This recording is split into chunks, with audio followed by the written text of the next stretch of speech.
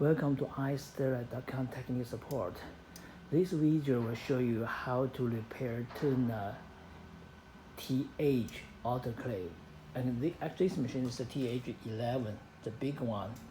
And actually when you remove the right side cover, you see most parts are sit on the left side, right side.